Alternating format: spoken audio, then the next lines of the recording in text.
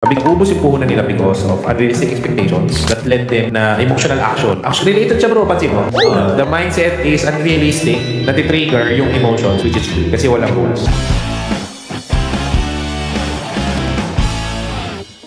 So, set of rules. Kung hindi ka graduate, all-in ka, nasunog ka, tapos next time, inulit mo pa, it's really good, di ba? Naging cycle, hindi ka graduate. Lalagyan mo ng break ngayon na, okay, dapat ito na yung gagawin ko next time. There are things na alam mo naman hindi mo dapat ginagawa, pero paulit-ulit mong ginagawa. Doon lumalabas yung cycle.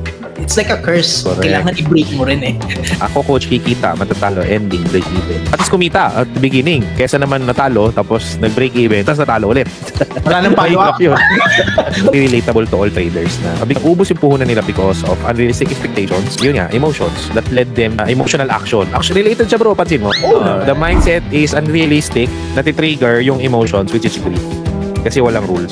Pangatutan mo ng gusto mo eh, no? Oh, yeah, totoo. Kahit alam mo ng unrealistic, sige game. Ito na sagot ng kahirapan. Para ka nagbudots na lang kung gano'n. Magbudots ka na lang. Secret technique pa yun.